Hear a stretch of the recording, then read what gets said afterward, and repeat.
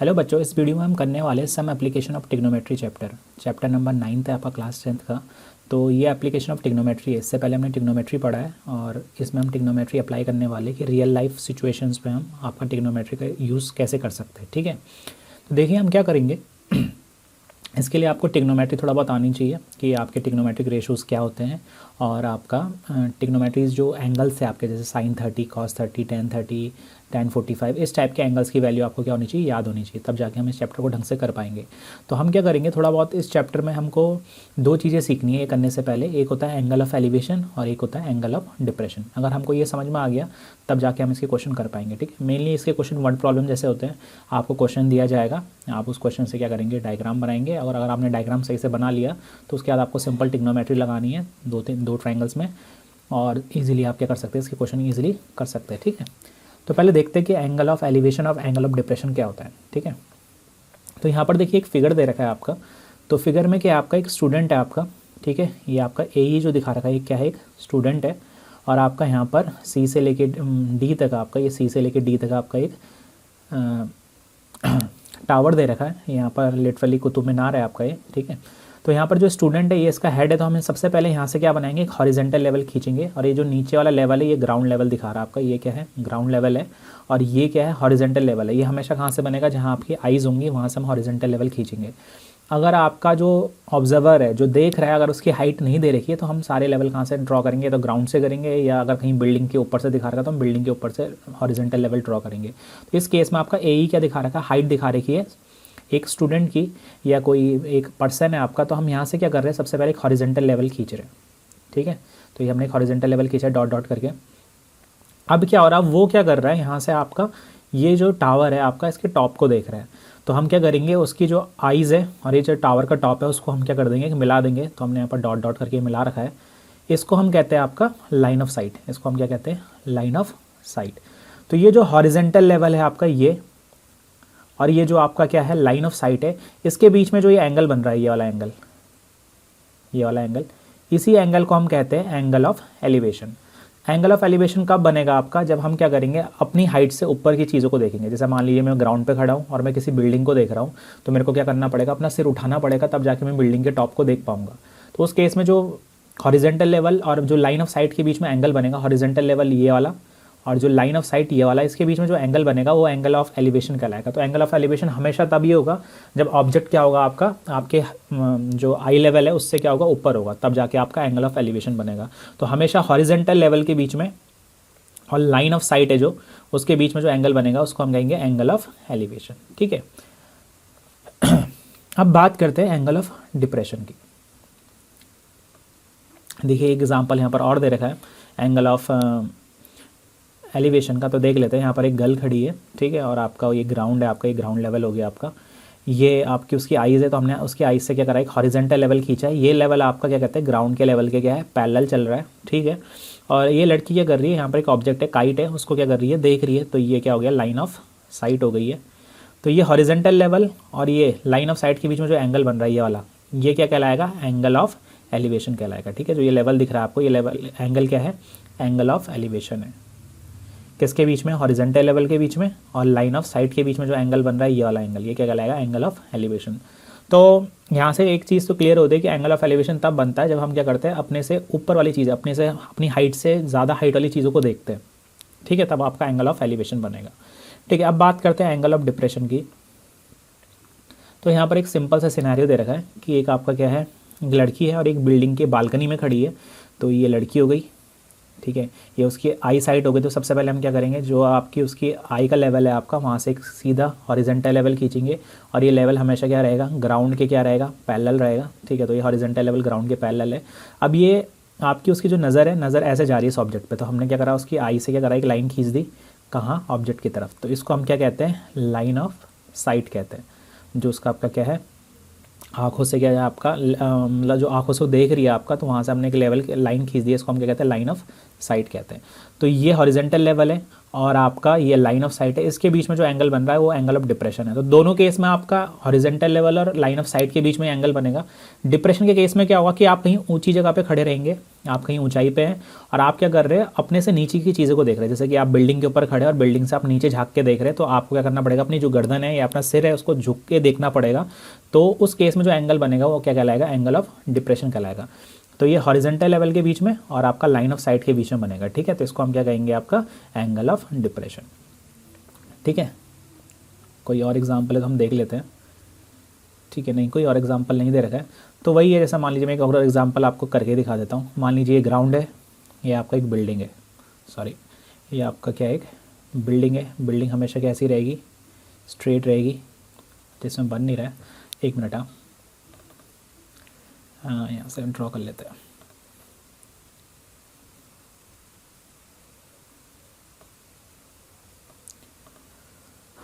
ये आपका कोई ग्राउंड लेवल हो गया। एक मिनट दोबारा से ड्रॉ कर लेता हूँ मैं। ये आपका ग्राउंड लेवल हो गया और ये आपका बिल्डिंग हो गई आपका, ठीक है। अब मान लीजिए आप यहाँ पर बिल्डिंग के ऊपर कहीं खड़े हैं, आप बिल्डिंग के ऊपर यहाँ पर खड़े हैं, अब यहाँ से देख रहे हो। तो सबसे पहले मैं क्या करूँगा, यहाँ से एक हॉरिजेंटल लेवल ड्रॉ कर दूँगा, ठीक है। तो ये क्या हो गया, हॉरिजेंटल लेवल। अच्छा, लिख दिया इसको मैंने शॉर्ट में। अब आप क्या कर रहे हैं, यहाँ से एक ऑब्जेक्ट को देख रहे हैं। ये ऑब्जेक्ट आपका यहाँ रखा हुआ है, ठीक है। ऑब्जेक्ट आप यहाँ और ऑब्जेक्ट यहाँ रखा है। तो आपको क्या करना पड़ेगा, अपनी जो लाइन ऑफ साइट है, अपनी जो आँखों का लेवल है उसको नीचे करना पड़ेगा। तो ये आपका क्या हो गया, लाइन ऑफ साइट हो गई। ये वाला पार्ट क्या हो गया, लाइन ऑफ साइट हो गई, ठीक है। तो ये जो एंगल बन रहा है आपका, ये वाला एंगल, ये एंगल ऑफ क्या है, डिप्रेशन है, एंगल ऑफ डिप्रेशन है, ठीक है। तो यहाँ से एक चीज़ तो क्लियर होती है कि एंगल ऑफ डिप्रेशन कब बनता है, जब हम क्या करेंगे, किसी ऊंचाई पे खड़े हैं और वहाँ से हम क्या कर रहे हैं, नीचे की चीज़ों को देख रहे हैं, अपने हाइट से लेवल के नीचे की चीज़ों को देख रहे हैं। जिस हाइट पे हम खड़े हैं उस लेवल से हम नीचे की चीज़ों को देख रहे हैं, तो आपका क्या बनेगा, एंगल ऑफ डिप्रेशन बनेगा। एंगल ऑफ डिप्रेशन वही हॉरिजेंटल लेवल और आपका लाइन ऑफ साइट के बीच में बनेगा। तो बड़ा ईजी है, जब जहाँ पर भी आपका ऑब्जर्वर है वहाँ से आप एक हॉरिजेंटल लाइन खींचेंगे, या तो ऊपर को देख रहा होगा या तो वहाँ से वो नीचे को देख रहा होगा। अगर ऊपर को देख रहा होगा तो एंगल ऑफ एलिवेशन, अगर आपको नीचे को देख रहा होगा तो एंगल ऑफ डिप्रेशन। बट ये हमेशा किसके बीच में बनेगा, हॉरिजेंटल लेवल और लाइन ऑफ साइट के बीच में बनेगा, भले ही वो एंगल ऑफ डिप्रेशन हो या एंगल ऑफ एलिवेशन हो, ठीक है। तो यहाँ तक तो क्लियर हो गया कि एंगल ऑफ एलिवेशन और एंगल ऑफ डिप्रेशन क्या है। अब हम क्या करते हैं, इसके न्यूमेरिकल करते हैं, ठीक है।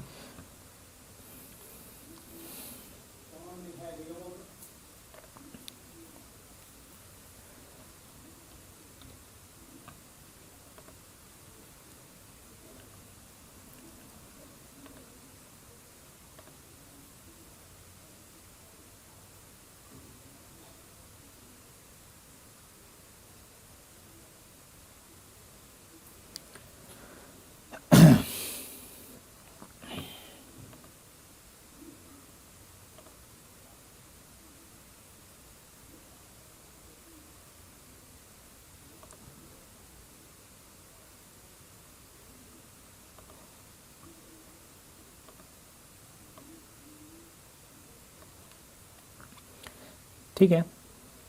अच्छा देखिए, पहला क्वेश्चन आपका, ये एक्सरसाइज मेरे हिसाब से 9.1 है, ठीक है।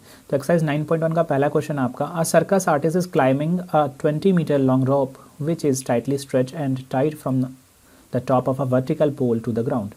इसमें कहा गया कि एक जो सर्कस आर्टिस्ट है आपका, ठीक है, एक सर्कस में काम करने वाला बंदा है, वो क्या कर रहा है, आपका एक 20 मीटर लंबी क्या है, रस्सी है, जो कि क्या कहते हैं आपका एक ज़मीन स्ट्रेच एंड टाइट, उसको हमने टाइटली स्ट्रेच कर रखा है, बिल्कुल ढीला नहीं छोड़ा। अगर हम उसको ढीला छोड़ेंगे तो एक कर्व जैसा आ जाएगा। हमने इसको बिल्कुल सीधा स्ट्रेच कर रखा है और हमने क्या कर रखा है, उसका एक हिस्सा क्या कर रखा है, आपका ग्राउंड से कर रखा है, अटैच कर रखा है। तो अगर इस डायग्राम में हम ध्यान से देखिए, इसका डायग्राम पहले से दे रखा है। ज़्यादातर क्वेश्चन में आपको डायग्राम बनाना पड़ेगा और तब जाके आप क्वेश्चन को कर पाएंगे, ठीक है। तो इसके लिए आपको क्वेश्चन समझना बहुत ज़्यादा ज़रूरी है। अगर आप क्वेश्चन को समझ नहीं पाए कि कह क्या रहा है तो आप डायग्राम नहीं बना पाएंगे, अगर डायग्राम नहीं बना पाएंगे तो आप क्वेश्चन नहीं कर पाएंगे। इसलिए आपको अच्छी खासी प्रैक्टिस करनी है क्वेश्चन को क्या करने की, समझने की, ठीक है। तो देखिए यहाँ पर दे क्या रखा है यहाँ पर दे रखा है आपका सर्कस आर्टिस्ट है, 20 मीटर लंबी रस्सी के ऊपर चलता है, रस्सी क्या कर रखी है, ग्राउंड पर अटैच कर रखी है। Find the height of the pole, आपको क्या करना है, पोल की हाइट क्या करनी है, अटैच करनी है। If the angle made by the rope with the ground level is 30 degree, अगर क्या कर रहा है आपका जो रोप है, रस्सी है, ग्राउंड लेवल के साथ क्या कर रहा है 30 डिग्री एंगल बना रहा है। तो देखिए इसका जो डायग्राम है यहाँ बना ही रखा है, तो मैं क्या करता हूँ इसको, यहाँ देखिए, तो ये आपका जो बी से लेके सी तक ये क्या हो गया आपका, ये ग्राउंड हो गया आपका, ये क्या है ग्राउंड, ठीक है। ये आपका क्या है रोप, रस्सी है, और ये आपका क्या हो गया, ये आपका पोल है, ठीक है। अब वो कह रहा है कि आपका रस्सी की लंबाई कितनी है 20 मीटर, तो आपने रस्सी का एक टॉप आपने पोल पे चिपका दिया और आपका रस्सी का एक एंड आपने क्या कर दिया ज़मीन पे चिपका रखा, ठीक है, टाई कर रखा है, ठीक है। ये ग्राउंड के बीच में और रस्सी के बीच में कितना डिग्री एंगल बन रहा है 30 डिग्री, तो जाके डायग्राम में हमको दिख रहा है 30 डिग्री है। अच्छा, और हमको क्या देखा, रस्सी की लंबाई देखिए 20 मीटर, तो हमने AC को रस्सी है तो हमने यहाँ पर 20 मीटर लिख दिया। अब आपसे पूछ क्या रहा है, आपको हाइट ऑफ पोल निकालनी है। तो देखिए टिग्नोमेट्री में क्या होता है आपका, एक राइट एंगल ट्रायंगल में लगेगा, तो देखो ये राइट एंगल होगा, कैसे, जो पोल होगा वो ग्राउंड के साथ हमेशा क्या करेगा आपका राइट एंगल बनाएगा। कुछ भी बिल्डिंग हो, पोल हो, टावर हो, कुछ भी दिया हो, ग्राउंड के साथ हमेशा स्ट्रेट खड़ा होगा ग्राउंड पे, तो हमेशा ग्राउंड के साथ 90 डिग्री एंगल बनाएगा, ठीक है। तो हम क्या कर रहे हैं, इस डायग्राम की मदद से निकालने की कोशिश करेंगे। तो आपको निकालना है कि आप पोल की हाइट निकालनी है, और क्या चीज़ आपको पहले से पता है, एक तो आपको ये वैल्यू पता है 20 मीटर, और आपको एक एंगल पता है। तो देखिए हम क्या करेंगे, अगर मैं 30 के हिसाब से देखूँ तो ये आपका हाइपोटेनियस है, ये वाली साइड, ठीक है। 90 के अपोजिट साइड क्या होती है हाइपोटेनियस। ये 30 डिग्री के साथ जो आपका ये साइड चिपकी हुई है ग्राउंड वाली BC वाली, ये क्या है बेस हो गया, और ये AB क्या हो गया परपेंडिकुलर हो गया। तो सबसे पहले आपको पता होना चाहिए कि परपेंडिकुलर कौन है, बेस कौन है, और हाइपोटेनियस कौन है। हमको पता है कि जो 90 के अपोजिट साइड होती है वो हाइपोटेनियस होती है, ठीक है। तो हाइपोटेनियस आपका ट्रायंगल में कभी भी चेंज नहीं हो गया आपका, तो हाइपोटेनियस आपका ये 90 वाला एंगल है, इसके अपोजिट साइड ये हाइपोटेनियस है, ठीक है। अच्छा, जो बेस और परपेंडिकुलर होते हो वो आपका इंटरचेंजेबल होता है। अगर मैं 30 डिग्री ये लिया है मैंने, तो इसके साथ जो साइड होगी वो बेस कहलाएगी। अगर मैं एंगल यहाँ दिया रहता तो ये वाली साइड क्या कहलाती, AB वाली साइड बेस कहलाती। तो ध्यान देना कि बेस और आपका परपेंडिकुलर चेंज हो सकते हैं, हाइपोटेनियस हमेशा क्या रहेगा सेम रहेगा। जो परपेंडिकुलर बेस है वो किस पर डिपेंड करता है कि किस एंगल से हम क्या कर रहे हैं आपका ऑब्जर्व कर रहे हैं। तो हम इस वाले एंगल से देख रहे हैं, इस वाले एंगल से हम क्या करेंगे टिग्नोमेट्री अप्लाई करेंगे, रेशो अप्लाई करेंगे। तो इस वाले एंगल के हिसाब से ये बेस है और ये क्या है AB क्या है परपेंडिकुलर है, ठीक है। तो अच्छा ठीक है, यहाँ तक तो समझ में आ गया कि परपेंडिकुलर बेस क्या हो सकता है चेंज हो सकता है। तो ध्यान से करना, परपेंडिकुलर बेस में मिस्टेक नहीं करना, ठीक है। हाइपोटेनियस तो ईजी है, 90 के अपोजिट साइड क्या होगी हाइपोटेनियस होगी। अब मेरे को पोल की हाइट चाहिए और मेरे को क्या कहते हैं रोप का पहले से लेंथ पता है और मेरे को ये एंगल भी पता है। तो देखिए ये परपेंडिकुलर है और ये हाइपोटेनियस, तो कौन सा ऐसा आपका ट्रिग्नोमेट्रिक रेशो है जो P और H परपेंडिकुलर और हाइपोटेनियस के बीच में क्या करता है आपका रिलेशन बताता है। तो वो या तो साइन है या तो उसका रेसिप्रोकल कॉसेक है आपका, ठीक है। तो मैं क्या कर रहा हूँ, मैं ट्रायंगल सॉल्यूशन कर रहा हूँ मैं आपका। पहले मैं लिख रहा हूँ जिस ट्रायंगल में काम कर रहा हूँ मैं उसका नाम लिखूंगा, इन ट्रायंगल ABC। डायग्राम में पहले से नाम दिया हुआ है तो मैं नाम चेंज नहीं करूँगा, ठीक है। अगर डायग्राम में नाम नहीं दिया हुआ तो अपने मन से नाम रख सकता हूँ, अगर डायग्राम में पहले से नाम दिया है तो मैं वही नाम यूज़ करने वाला हूँ। तो इन ट्रायंगल ABC लिखा मैंने लिखा साइन 30 डिग्री और ये किसके बराबर है परपेंडिकुलर अपॉन हाइपोटेनियस। परपेंडिकुलर कितना है आपका, तो लिख लेता हूँ पहले P/H। परपेंडिकुलर आपका कितना है, परपेंडिकुलर है आपका AB और हाइपोटेनियस आपका कितना है आपका AC, ठीक है। साइन 30 की वैल्यू कितनी होती है, साइन 30 होता है आपका 1/2 इक्वल्स टू AB कितना है, यही आपको निकालना है क्योंकि AB पोल है तो पोल की लेंथ या हाइट है, तो AB की जगह AB लिखा। AC कितना दे रखा है 20 दे रखा है, यहाँ से हम क्रॉस मल्टीप्लाई कराएंगे तो 21 के साथ जाएगा और AB 2 के साथ आएगा, तो ये आएगा 2AB इक्वल्स टू 20। 2 को हम क्या करेंगे 20 के साथ यहाँ डिवाइड में भेज सकते हैं, तो AB कितना आएगा 20/2 और डिवाइड मार के कितना आ जाएगा 10। यूनिट क्या आएगी मीटर। तो लेंथ ऑफ रोप कितना आ गया इस क्वेश्चन में, लेंथ ऑफ पोल कितना आ गया है, ये आ गया आपका 10 मीटर, ठीक है। अच्छा तो ये क्वेश्चन तो इजी था आपका। कॉम्प्लिकेटेड क्वेश्चन तब आते हैं जब आपका एक ही फिगर में आपके 2 ट्रायंगल्स होते हैं और आपको 2 बार ट्रिग्नोमेट्री लगानी है। तो शुरू के कुछ क्वेश्चन तो इजी है, जब आपके हार्ड क्वेश्चन आएंगे तो देख लेंगे हम, है ना, ठीक है। नेक्स्ट क्वेश्चन को देखते हैं। अच्छा नेक्स्ट क्वेश्चन क्या दे रखा है आपका, नेक्स्ट क्वेश्चन दे रखा क्वेश्चन नंबर 2 है आपका। A tree breaks due to storm and broken part bent so that the top of the tree touches the ground making an angle 30 degree with it। आपका क्या हुआ, एक स्टॉर्म आया, तूफान आया, उसके कारण एक पेड़ टूट गया और उसका जो टूटा हुआ पार्ट है आपका क्या कर रहा है ग्राउंड को क्या कर रहा है आपका टच कर रहा है, मतलब 20 से आपका आधे से तो नहीं, कहीं कहीं से टूटा है आपका, ठीक है। अब हमको पता नहीं कि एग्जैक्टली 20 से तो नहीं टूटा, कहीं से टूटा है, और वो आपका जो टूटा हुआ पार्ट है वो बेंड करके क्या हो गया, झुक के ग्राउंड को टच करने लग गया। और जहाँ पर वो ग्राउंड को टच कर रहा है वहाँ पर कितना डिग्री एंगल बना रहा है, 30 डिग्री एंगल बना रहा है, ठीक है। अच्छा, the distance between the foot of the tree to the point way the top of the touch is the ground, ठीक है। जो आपका फुट ऑफ ट्री है, जहाँ पर पेड़ खड़ा है और जहाँ पर आपका क्या कर रहा है, पेड़ का जो टॉप पार्ट है ज़मीन को टच कर रहा है, उसके बीच की दूरी 8 मीटर दे रखी है। आपको पेड़ की हाइट निकालनी है, ठीक है। तो मैं यहाँ पर डायग्राम पहले से बना रखा, मैं यहाँ समझाता हूँ क्या है। आपने सबसे पहले एक लाइन खींची, ये लाइन क्या रिप्रेजेंट कर रही है, ग्राउंड को रिप्रेजेंट कर रही है, तो ये ग्राउंड हो गया, तो ठीक है। ये पेड़ हो गया, ये यहाँ से यहाँ तक पेड़ था, ये जो डॉट डॉट वाला हिस्सा दिखा रखा है मैंने, ये पेड़ का टूटा हुआ हिस्सा है। ये टूटने के बाद आपका ये लटक के ये ज़मीन पे, ये दिख रहा है आपको, ये ज़मीन पे टच कर रहा है। ज़मीन पे जब ये टच कर रहा है तो ज़मीन और इसके बीच में कितना डिग्री एंगल बन रहा है, यहाँ पर लिख रखा है 30 डिग्री एंगल बन रहा है, तो मैंने यहाँ पर लिखा 30 डिग्री, ठीक है। यहाँ पर कितना लिखा है मैंने, 30 डिग्री लिख दिया, ठीक है, कोई दिक्कत है। और ये वाला हिस्सा क्या है, ग्राउंड, तो यहाँ पर मैंने लिख दिया ग्राउंड, ओके। और ये क्या है, ट्री है, तो यहाँ मैं लिख देता हूँ ट्री। और ये भी ट्री का हिस्सा है, ठीक है, ये ट्री का ब्रोकन हिस्सा है, ठीक है। तो मैं अब इसको नाम दे देता हूँ, ये हो गया ए पॉइंट, इसको मैं बी मान लेता हूँ और इसको क्या रख लेता हूँ, सी, ठीक है। पेड़ आपका ज़मीन पे सीधा ही खड़ा रहेगा, तो हम 90 यहाँ पर एज्यूम कर सकते हैं कि ये एंगल कितना है, 90 डिग्री है। अब ध्यान से देखिए, पेड़ की हाइट कितनी है, आपको हाइट ऑफ क्या निकालना है, ट्री निकालना है। तो हाइट ऑफ ट्री क्या है, तो height of tree A B नहीं है, ठीक है। हाइट ऑफ ट्री क्या है, ए बी निकालना पड़ेगा और आपको ए सी निकालना पड़ेगा, और इन दोनों को क्या करना पड़ेगा, ऐड करना पड़ेगा, तब जाके आपका क्या आएगा, आपका पूरी पेड़ की हाइट आएगी। तो हमको क्या करना है, 2 वैल्यूज़ निकालनी है। अच्छा, और कुछ पता है हमको, हाँ, ये भी पता है कि जहाँ पर पेड़ का फुट है बी पॉइंट, और जहाँ पर आपका पेड़ का जो सिर है, आपका जो टॉप है वो टच कर रहा है ज़मीन पे, उसके बीच की दूरी कितनी थी, 8 थी। तो मतलब यहाँ से लेके यहाँ तक की दूरी कितनी है, 8 मीटर है आपका, ठीक है। तो बड़ा सिंपल है, ये आपका बेस है, ये आपका क्या है, परपेंडिकुलर है। तो मेरे को परपेंडिकुलर निकालना है, बेस पता है, तो tan लगा लेंगे, कौन से ट्रायंगल में, इन ट्रायंगल ए बी सी में। तो इन ट्रायंगल ए बी सी, ये सॉल्यूशन चालू हो गया यहाँ से।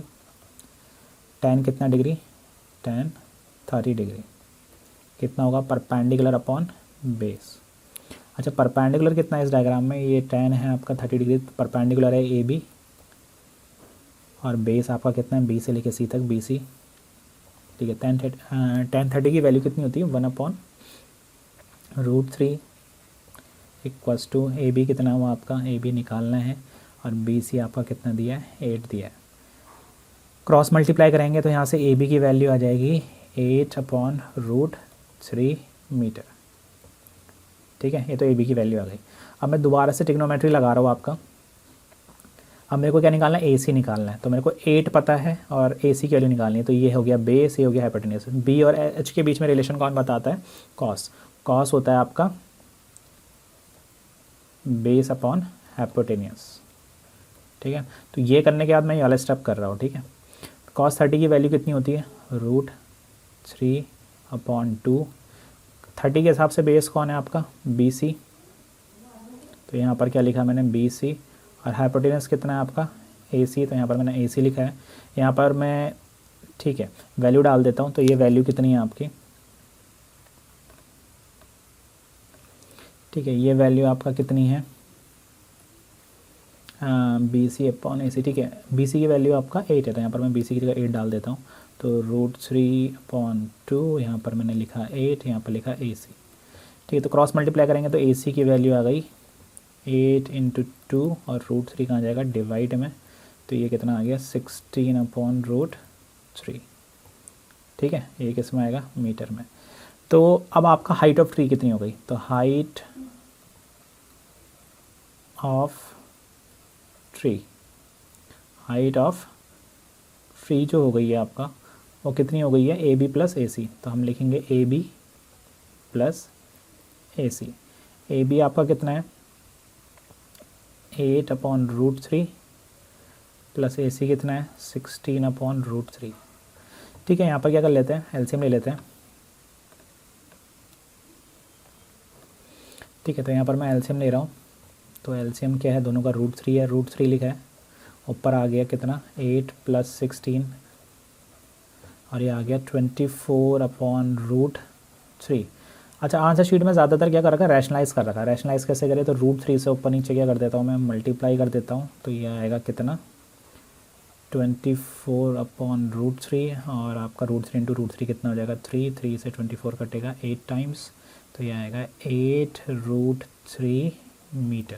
तो हाइट ऑफ ट्री कितनी हो गई 8√3 मीटर हो गई। ठीक है, तो हमने 2 बार टिग्नोमेट्री लगाया, एक बार हमने क्या करा ए बी वाला पार्ट निकाला, एक बार हमने ए सी वाला पार्ट निकाला। ये दोनों पार्ट आपके ट्रीज़ के थे, ये जो डॉट डॉट वाला हिस्सा है यहाँ पर पेड़ पहले यहाँ पर था।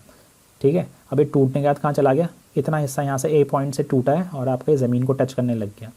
तो मैंने ए सी की लेंथ भी निकाली है, ए बी की लेंथ भी निकाली है और दोनों को ऐड कर दिया तो पूरे ट्री की क्या आ गई आपकी लेंथ आ गई आपका। ठीक है, तो हमने सेकंड क्वेश्चन भी कर लिया, अब आपका थर्ड क्वेश्चन पे आते हैं। ठीक है, थर्ड क्वेश्चन क्या कह रहा है, ठीक है, थर्ड क्वेश्चन को पढ़ते हैं। A contractor plans to install 2 slides for the children to play in a park. ठीक है, कॉन्ट्रैक्टर का क्या प्लान है कि वो क्या करेगा, पार्क में 2 स्लाइड्स लगाएगा, फिसल पट्टी लगाएगा बच्चों के लिए पार्क में। ठीक है, for the children below the age of 5 years she prefers to have a slide whose top is at the height of 1.5 metre and it inclined at the angle of 30 degree to the ground. ठीक है, अब उसका क्या है कि जो 5 साल से छोटे बच्चे हैं उनके लिए जो आपका स्लाइड है वो ज़्यादा ऊंची नहीं रख रहे हैं हम, और उसका जो एंगल ऑफ एलिवेशन है ज़मीन के साथ कितना है 30 डिग्री है। तो पहले चलो इतना ही कर लेते हैं। पहले हम क्या कर रहे हैं, यहाँ से सबसे पहले छोटे बच्चों के लिए स्लाइड बना रहे हैं। तो सबसे पहले हमने क्या बनाया, ग्राउंड लेवल बनाया। ठीक है, और फिर क्या करा हमने, ज़मीन से आपका हाइट कितनी कर रहा है, ये सीढ़ियाँ हो गई आपका चढ़ने के लिए, ये ज़मीन से करीब 1.5 मीटर ऊपर है। ठीक है, तो ये 1.5 मीटर हो गई, 1.5 मीटर ऊपर है। और आपका ये फिसल पट्टी हो गई, अगर मैं इस पॉइंट को इस पॉइंट से जोड़ दूँ तो ये क्या हो गई आपकी फिसल पट्टी हो गई। ठीक है, अब क्या क्या पता है मेरे को, तो मैं यहाँ से फटाफट करता हूँ। ये 1.5 मीटर है आपका। ठीक है, इसकी ऊंचाई, इसका नाम है ABC, नामकरण कर लेते हैं इसका। तो ये ABC हो गया, ये राइट एंगल बना देता हूँ। ठीक है, और आपका ये स्लाइड है, AC स्लाइड है, और BC क्या है, ग्राउंड है। ये क्या है, ग्राउंड है BC, और ये वाला हिस्सा क्या है, स्लाइड है। स्लाइड और ग्राउंड के बीच में कितना एंगल बना रहा है, 30 डिग्री। यहाँ पर लिखा हुआ है angle of inclination to the ground कितना है, 30 डिग्री है, और हाइट कितनी है इसकी 1.5 मीटर। मतलब ज़मीन से आपको 1.5 मीटर चढ़ना है, फिर A से आप फिसलेंगे और C पे पहुँच जाएंगे। ठीक है, ये 5 साल से छोटे बच्चों के लिए। ठीक है, अच्छा whereas the elder children she want to have a steep slide. ठीक है, और जो आपके जो बड़े बच्चे हैं उनके लिए क्या करना चाहती है, एक दूसरी स्लाइड बनाना चाहती है at a height of 3 metre, जो 3 मीटर ऊंचा होगा, and inclined at an angle of 60 degree to the ground, और ग्राउंड के साथ आपका कितना 60 डिग्री एंगल बना रहा होगा। तो बड़े बच्चे के लिए भी कर लेते हैं, सेम आपका रहेगा। आपका सबसे पहले हम क्या करेंगे, आपका ये आपका ग्राउंड है आपका, फिर हम क्या करेंगे, आपका एक लाइन खींचेंगे ऊपर, ये क्या है आपका सीढ़ी हो गई चढ़ने के लिए। ठीक है, और फिर हम क्या करेंगे, आपका फिसल पट्टी बनाएंगे, यहाँ से इस वाले को जोड़ देंगे। ठीक है, एग्ज़ाम में आपको जब डायग्राम बनाएंगे तो आप प्रॉपर स्केल का यूज़ कर भी सकते हो और नहीं भी कर सकते, आपकी इच्छा है। जल्दी जल्दी डायग्राम बनाएंगे तो जल्दी जल्दी क्वेश्चन भी होंगे। ठीक है, कहीं डायग्राम बनाने के चक्कर में क्वेश्चन पेपर छूट ना जाए आपका, तो थोड़ा जल्दी जल्दी बनाएगा डायग्राम। ठीक है, तो ये है PQR नाम रख दिया। ये आपका ज़मीन से कितने मीटर ऊंचा है, 3 मीटर ऊंचा है। ठीक है, ये क्या हो गया, ग्राउंड हो गया आपका। ठीक है, और ये क्या हो गया आपका, स्लाइड है आपका। ठीक है, एंगल कितना है ग्राउंड और स्लाइड के बीच में, 60 डिग्री है।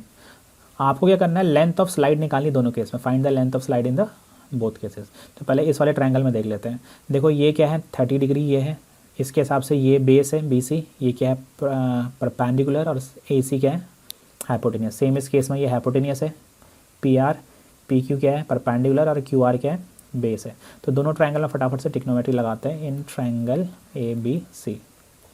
आपको क्या पता है, आपको परपेंडिकुलर पता है, और आपको क्या निकालना है, आपको हाइपोटेनियस निकालना है। तो P और H का रेशो चाहिए जो कि साइन से मिल जाएगा आपको, तो मैं साइन 30 लगाता हूँ, इक्वल्स टू कितना होगा P/H। परपेंडिकुलर कितना है AB है, हाइपोटेनियस कितना है आपका AC है। साइन 30 की वैल्यू कितनी होती है, हाफ। AB कितना है 1.5, AC कितना है वही निकालना है। क्रॉस मल्टीप्लाई करेंगे तो AC कितना आ जाएगा 2 × 1.5, जो कि कितना मीटर आ रहा है, 3 मीटर आ जा रहा है। ठीक है, अब इस ट्रायंगल में, कौन से ट्रायंगल में, इन ट्रायंगल PQR में लगा रहे हैं। यहाँ साइन कितना लगाएंगे, 60 लगाएंगे, कितना हो जाएगा ये PQ परपेंडिकुलर, और हाइपोटेनियस कितना है PR। ठीक है, साइन 60 होता है √3/2, PQ कितना है 3 लिखेंगे, PR कितना है आपका, PR आपका वही तो निकालना है, तो यहाँ पर पी आर लिखेंगे, क्रॉस मल्टीप्लाई करेंगे तो पी आर की वैल्यू आएगी, ठीक है, तो इसकी वैल्यू आएगी आपका 3 × 2 और √3 कहाँ जाएगा डिवाइड में, तो ये आएगा 6/√3। रैशनलाइज़ कर लेते हैं, आंसर शीट में ज़्यादातर रैशनलाइज वाले ही आंसर दे रखे हैं, तो ये आएगा 6√3 और नीचे कितना आएगा √3 × √3 3 हो जाएगा, इस 3 से ये 6 कटेगा तो ये कितना आ जाएगा, पी आर की वैल्यू आएगी कितना 2√3 मीटर। यूनिट लगाना नहीं बोलना, ठीक है। तो ये क्वेश्चन भी आपका हो गया है। चलिए नेक्स्ट क्वेश्चन करते हैं, फोर्थ क्वेश्चन पे जाते हैं, ठीक है। फोर्थ क्वेश्चन आपका क्या है, ठीक है। फोर्थ क्वेश्चन कहता है the angle of elevation of top of a tower from a point on the ground which is 30 metre away from the foot of tower is 30 degree, ठीक है। वो क्या कह रहा है कि आपका एक टावर है, उसका एंगल ऑफ एलिवेशन, उसके टॉप का एंगल ऑफ एलिवेशन कहाँ से, ग्राउंड से, और ग्राउंड क्या है, जिस पॉइंट से ग्राउंड से एंगल ऑफ एलिवेशन है वो 30 मीटर है टावर के फुट से, जहाँ पर टावर है उसके फुट से 30 मीटर की दूरी पे है, और कितना डिग्री दे रखा है 30 डिग्री। तो क्या क्या दे रखा है, ये एंगल ऑफ एलिवेशन दे रखा है, कितना देख रहा है, क्योंकि आप ग्राउंड से टावर को देख रहे हैं तो ये एंगल ऑफ एलिवेशन है, और ये 30 मीटर क्या है, ये जिस पॉइंट पे जिस पॉइंट से एंगल ऑफ एलिवेशन बन रहा है और जहाँ पर टावर है उसके बीच की दूरी है। तो इसका पहले डायग्राम बना लेते हैं फटाफट। तो सबसे पहले क्या करा आपने, ग्राउंड बनाया, फिर आपने क्या बनाया, टावर बनाया, ठीक है। अब मान लीजिए ग्राउंड पे ये पॉइंट है, ये वाला पॉइंट, इस पॉइंट से आप क्या देख रहे हैं, इसको देख रहे हैं, तो मैंने इस पॉइंट को इस पॉइंट से क्या कर दिया, कनेक्ट कर दिया, ठीक है, क्योंकि आप टावर का टॉप देख रहे हैं, ईजी है, ठीक है। अब इसका नामकरण करते हैं, इस पॉइंट का नाम रख देते हैं ए, इसका नाम रख देते हैं बी, इसका नाम रख देते हैं सी, ठीक है। ये कितना डिग्री एंगल, सॉरी ये कितना एंगल होगा, टावर आपका ग्राउंड के साथ हमेशा 90 एंगल बनाएगा। ये आपका जो ग्राउंड है ये वाला बी सी, और ये क्या है ए सी, क्या है लाइन ऑफ साइट है आपका, इसके बीच में कितना एंगल बन रहा है 30 डिग्री बन रहा है, तो मतलब ग्राउंड के साथ कितना एंगल बना रहा है 30 डिग्री। और ये फुट ऑफ क्या है, B point foot of tower है, और सी पॉइंट क्या है, वो पॉइंट है जहाँ से एंगल ऑफ एलिवेशन बन रहा है, तो उसके बीच की दूरी कितनी दे रही है 30 मीटर। तो यहाँ से यहाँ तक की दूरी कितनी है 30 मीटर है, ठीक है। आपको क्या निकालना, हाइट ऑफ टावर निकालना, हाइट ऑफ टावर क्या है ए बी है, तो आपको ये पता करना है ए बी। आपको क्या पता है, बेस पता है, और आपको परपेंडिकुलर निकालना है, तो क्या लगाएंगे tan 30 डिग्री। तो कौन से ट्रायंगल में, in triangle A B C, tan कितना डिग्री 30 डिग्री, tan 30 डिग्री कितना होता है आपका, ये होता है परपेंडिकुलर बाय बेस, परपेंडिकुलर आपका है ए बी, बेस आपका है इस क्वेश्चन में बी सी, tan 30 कितना होता है 1/√3, ए बी कितना है वही तो निकालना है, बी सी कितना है आपका 30, क्रॉस मल्टीप्लाई कराएंगे तो ए बी की वैल्यू आएगी कितनी 30/√3, ठीक है। इस 30 को यहाँ 1 के साथ भेज दिया तो ए बी की वैल्यू पता चल जाएगी। रैशनलाइज कर लेते हैं, तो रैशनलाइज कैसे करें, √3 नीचे है तो √3 नीचे नहीं चाहिए, रैशनलाइज द डिनोमीटर कर रहे हैं हम, ठीक है, डिनोमीटर को रैशनलाइज कर रहे हैं, तो ये आएगा 30√3, √3 × √3 कितना होगा 3 से आपका 30 कटा कितने टाइम्स 10 टाइम, तो ए बी की वैल्यू कितनी आ गई, जो कि क्या है टावर की हाइट है आपका, कितनी आ गई 10√3, ये यूनिट्स किस में थी मीटर में, तो आंसर किस में आ जाएगा मीटर में, ठीक है। तो आपने फोर्थ क्वेश्चन भी ये कर लिया। चलिए नेक्स्ट क्वेश्चन पे आते हैं, फिफ्थ पे, ठीक है। फिफ्थ क्या कह रहा है आपका, a kite is flying at a height of 60 metre above the ground, एक पतंग है आपका ग्राउंड से 60 मीटर ऊंचाई पे क्या हो रही है, उड़ रही है। A string is attach to the kite is temporarily tied to a point on the ground, आपका क्या है पतंग से जो धागा जुड़ा हुआ है उसको हमने क्या करा कुछ टाइम के लिए ग्राउंड पे क्या कर दिया है, मतलब अटैच कर दिया है। Inclination of the string with the ground, मतलब आपका जो स्ट्रिंग है धागा है और जो ग्राउंड है उसके बीच में एंगल कितना बन रहा है 60 डिग्री बन रहा है। लेंथ ऑफ द स्ट्रिंग, दो काम करना है आपको, धागे की लंबाई निकालनी है, ठीक है, अच्छा नहीं एक ही काम करना है, find the length of string. अच्छा ये क्या लिख रखा है, assuming that there is no slack in the string, हम ये मान के चले कि जो धागा है बिल्कुल सीधा स्ट्रेच है, जैसा मान लीजिए ये आपका ग्राउंड है, ये आपका क्या है पतंग उड़ रही है, तो मैंने यहाँ से पतंग के लिए लाइन खींच दी ऐसे सीधे करके, ठीक है। तो धागा अगर ढीला होगा तो धागा ऐसे कर्व जैसा बनाएगा, तो धागा आपका बिल्कुल कैसा होना चाहिए, बिल्कुल सीधा होना चाहिए। स्लैक का मतलब अगर आप ढीला छोड़ोगे, नो स्लैक का मतलब ढीला नहीं छोड़ना, ढीला छोड़ेंगे तो धागा ऐसा मुड़ जाएगा तो ट्रायंगल शेप नहीं बनेगा, फिर ये अजीब सा शेप बन जाएगा, ठीक है। तो धागा आपने इस लाइन का मतलब क्या है, assuming that there is no slack in the string, इस लाइन का मतलब है कि हमने क्या कर रखा है, आपका धागा बिल्कुल टाइट बांध रखा है ताकि आपका धागा ऐसे कर्व शेप ना बनाए, ठीक है, यही मतलब है उसका और कुछ नहीं है, ठीक है। तो पहले मैं ग्राउंड बनाता हूँ, ठीक है। ग्राउंड बनाने के बाद क्या करते हैं, हम यहाँ से बनाते हैं पतंग की हाइट। पतंग की हाइट कितनी है, 60 मीटर है, तो यहाँ पतंग है कहीं पर, ठीक है। और ग्राउंड पे एक पॉइंट है, यहाँ से धागा आपने बांधा है और ये धागा क्या कर रहा है आपका, पतंग से जुड़ा हुआ है, यहाँ पर पतंग है, ठीक है। तो यहाँ पर क्या है, यहाँ पर पतंग दे रखी है, इस पॉइंट को मैंने ए नाम दे दिया, कुछ भी नाम दे दीजिए, ये बी हो गया और ये क्या हो गया, सी, ठीक है। ये पॉइंट क्या हो गया, सी हो गया। ये आपका ग्राउंड दे रखा है, बी सी क्या है, ग्राउंड है, और ए सी क्या है, स्ट्रिंग है। स्ट्रिंग मतलब धागा, ठीक है। अच्छा, ये जो लाइन है आपका, ये कितना एंगल बना रही होगी, स्ट्रेट लाइन है, ठीक है। तो कितना एंगल बना रही है, 90 डिग्री बना रही है यहाँ पर, ठीक है। और ये कितनी ऊंचाई पे है, जो ग्राउंड ये है और ये पतंग है आपका। ए क्या है, पतंग वाला पॉइंट है, बी कौन सा, ग्राउंड वाला पॉइंट। तो इसके बीच की दूरी कितनी है, 60 मीटर अबव द ग्राउंड, ज़मीन से कितना है, 60 मीटर ऊँचा है, ठीक है। अब आपको क्या निकालना है, देखो ये एंगल कितना दे रखा है, धागे के बीच में ग्राउंड के बीच में 60 डिग्री दे रखा है यहाँ पर, तो हमने यहाँ पर 60 डिग्री डाला। अब जब आपका डायग्राम पूरा बन गया तो निकालना बड़ा इजी है। ये परपेंडिकुलर है ए बी, और आपको ए सी निकालना जो कि हाइपोटेनियस है। तो क्या लगाएंगे, साइन या कॉसेक भी लगा सकते हैं, साइन ईजी है। तो इन ट्रायंगल ए बी सी, तो परपेंडिकुलर और हाइपोटेनियस के बीच में रिलेशन कौन देता है, साइन और कॉसेक देता है। तो मैं साइन लगा रहा हूँ, साइन 60 लिख रहा हूँ, साइन 60 होगा परपेंडिकुलर जो कि इस केस में ए बी है, डिवाइडेड बाय हाइपोटेनियस। हाइपोटेनियस कौन है, ए सी, यहाँ पर लिख देंगे ए सी। साइन 60 कितना होगा आपका, साइन 60 होता है √3/2। ए बी कितना है, ये 60 वैल्यू है इसकी, ए सी की वैल्यू आपको कैलकुलेट करनी है, क्रॉस मल्टीप्लाई कराएंगे तो ए सी की वैल्यू आएगी 60 × 2, 2 60 के साथ जाएगा और √3 कहाँ जाएगा, नीचे डिवाइड मार जाएगा, ठीक है। ये आ गया 120/√3। √3 से ऊपर नीचे क्या करेंगे, मल्टीप्लाई, रैशनलाइज कर लेते हैं। तो ये आएगा 120√3, नीचे 3 आएगा, कितने टाइम कटेगा इससे, 40 टाइम। तो ए सी की वैल्यू कितनी आ गई आपका, 40√3 मीटर, ठीक है। तो ए सी मतलब आपका जो धागे की लंबाई है वो कितनी है, 40√3 मीटर है आपका, ठीक है। तो 5वां क्वेश्चन भी आपका हो गया है। अब आपका 6वें क्वेश्चन पे चलते हैं, ठीक है। क्वेश्चन नंबर 6 है आपका। क्वेश्चन नंबर 6 क्या कह रहा है आपका, क्वेश्चन नंबर 6 कह रहा है कि a 1.5 metre tall boy standing at some distance from a 30 metre tall building. एक आपका 1.5 मीटर हाइट का लड़का है जो कि 30 मीटर ऊंची बिल्डिंग से कुछ दूरी पे खड़ा है। The angle of elevation from his I, angle of elevation कहाँ से बन रहा है, उसकी आई से बन रहा है, ठीक है। किसका, to the top of the building, building के टॉप का। Increases from 30 to 60 as he walk toward the building. वो एंगल ऑफ एलिवेशन 30 से 60 हो जाता है, मतलब पहले 30 रहता है, जब वो बिल्डिंग के थोड़ा और पास जाता है फिर दोबारा से बिल्डिंग का जो एंगल देखता है तो कितना हो जाता है, 30 से 60 हो जाता है जब वो बिल्डिंग की तरफ बढ़ता है, ठीक है। आपको बताना है find the distance he walk toward the building, कि वो बिल्डिंग की तरफ कितना बढ़ा है, मतलब कितनी डिस्टेंस उसने कवर करी बिल्डिंग की तरफ।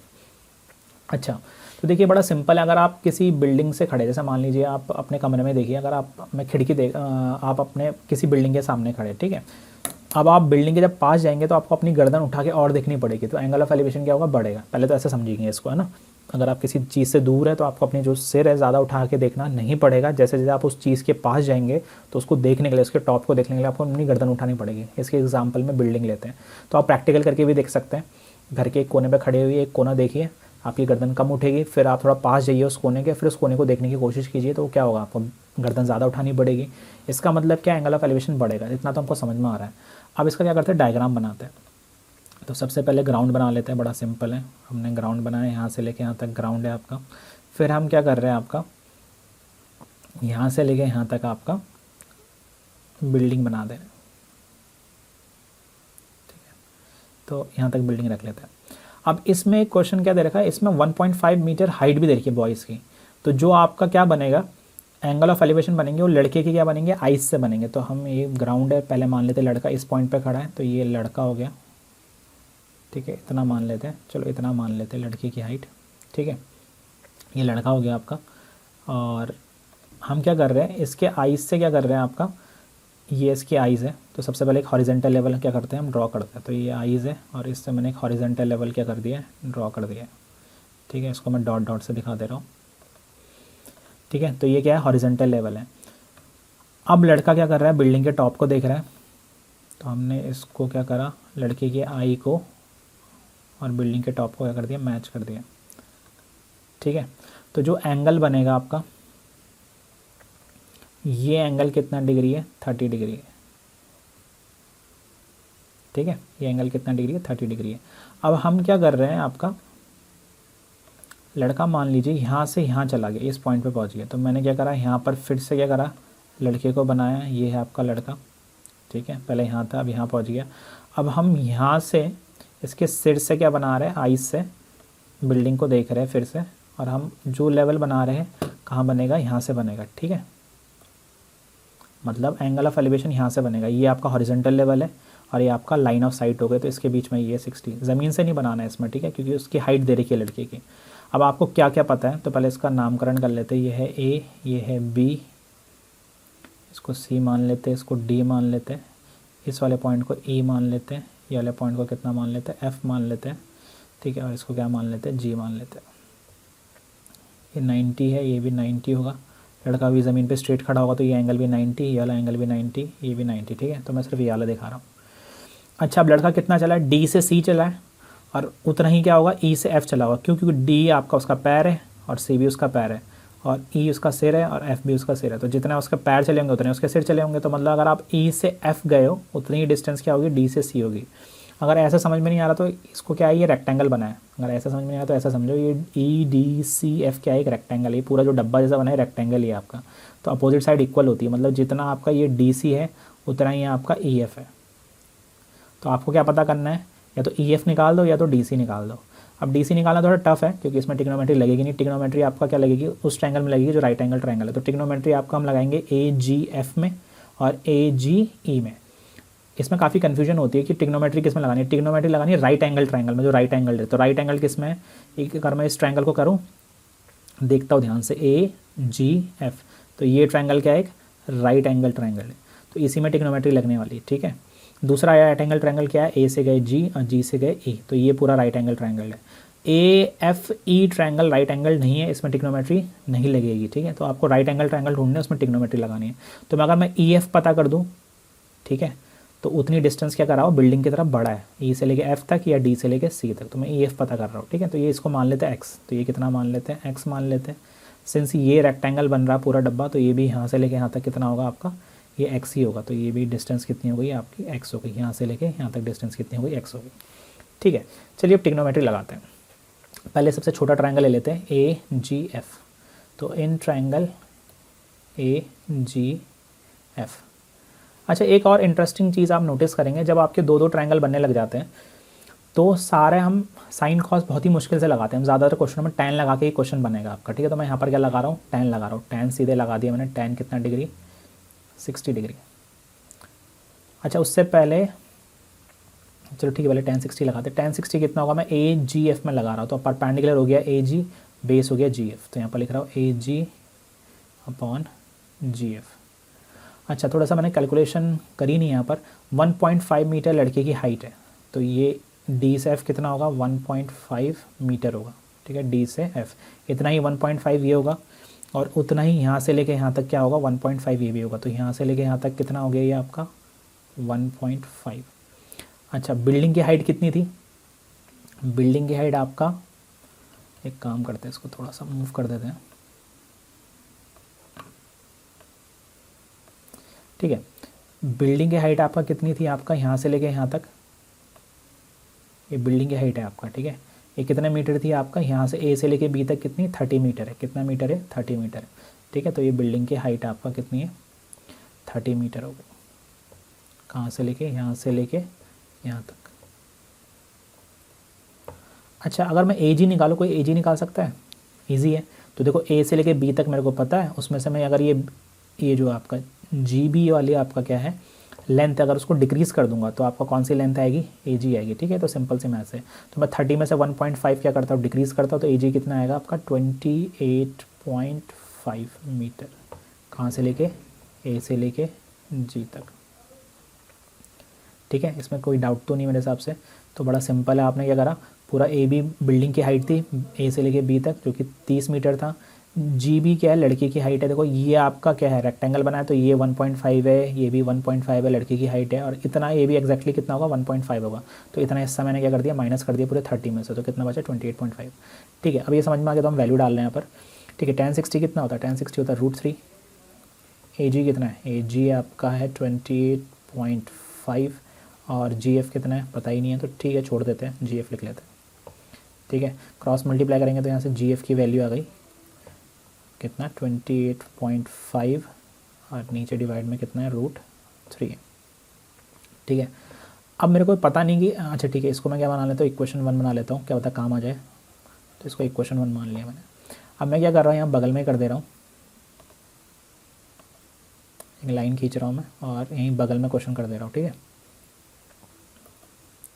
दूसरा ट्रायंगल कौन सा है, ए जी ई। तो इन ट्रायंगल कौन सा, इन ट्रायंगल ए जी ई क्या लगाएंगे, मैंने बताया था tan ही लगाना है।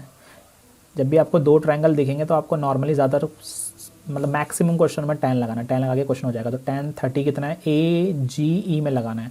तो परपेंडिकुलर कितना है, ए जी और बेस कितना होगा, जी से लेके ई तक। ठीक है, ध्यान देना ए जी ई ट्रायंगल में लगा रहे हैं, ए जी ई। तो ये 90 है, ये कितना है 30 डिग्री। तो ये आपका ए जी परपेंडिकुलर है और जी ई क्या है, बेस है, ध्यान देना। तो परपेंडिकुलर अपॉन बेस, ए जी अपॉन जी। tan 30 कितना होता है 1/√3। ए जी की वैल्यू पता है क्या आपको, हाँ ए जी मेरे को पता है 28.5 है। ए जी कितना है 28.5 डिवाइडेड बाय जी ई कितना है, जी की वैल्यू नहीं पता तो मैं जी लिख देता हूँ। मैंने जी लिखा, क्रॉस मल्टीप्लाई कराया तो जी ई की वैल्यू कितनी आ गई 28.5√3। अब यहाँ पर आने के बाद बच्चे अटक जाते, कहते हैं अब क्या करें। तो देखो ध्यान से, देखो एक बार डायग्राम भी देख लेते हैं। जी से लेके ई तक दो हिस्से कर सकते हैं, जी एफ और एफ ई। तो मैं जी ई को क्या लिख दे रहा हूँ, जी एफ प्लस एफ ई लिख दे रहा हूँ। ठीक है, और ये कितना आ जाएगा 28.5√3। क्या जी एफ की वैल्यू पता है, हाँ इक्वेशन 1 में पता है। जी एफ कितना है 28.5/√3 है। तो जी एफ की जगह कहाँ से लिखा मैंने, फ्रॉम इक्वेशन 1 से लिखा, इक्वेशन 1 से। इक्वेशन 1 से मैंने क्या करा, जी एफ की वैल्यू लिख दी है। ठीक है, तो जी एफ की वैल्यू कितनी है इक्वेशन 1 से, जी एफ की वैल्यू है 28.5। ठीक है, जी एफ की वैल्यू कितनी है 28.5/√3 प्लस आपका एफ ई है। तो यहाँ पर लिखेंगे एफ ई इक्वल्स टू 28.5√3। अब एक पूरा एक नंबर है, इस पूरे नंबर को उठा के मैं लेफ़्ट साइड ले जाऊंगा तो ये प्लस से क्या बनेगा, नेगेटिव बनेगा। तो एफ ई की वैल्यू कितनी आएगी 28.5√3 माइनस 28.5/√3। ठीक है, अच्छा अब क्या करेंगे, इसको थोड़ा सिंप्लीफाई करेंगे। आज से शीट में आपका मेरे हिसाब से ऐसे दे नहीं रखा है तो मैं इसको सिंप्लीफाई कर दे रहा हूँ। एग्ज़ाम में कोशिश करिएगा सिंप्लीफाई करने की। तो 28.5 दोनों से क्या ले लेता, 28.5 दोनों से मैंने कॉमन ले लिया। तो ब्रैकेट में क्या बचा, यहाँ पर बचा √3 माइनस यहाँ क्या कितना बचा 1/√3।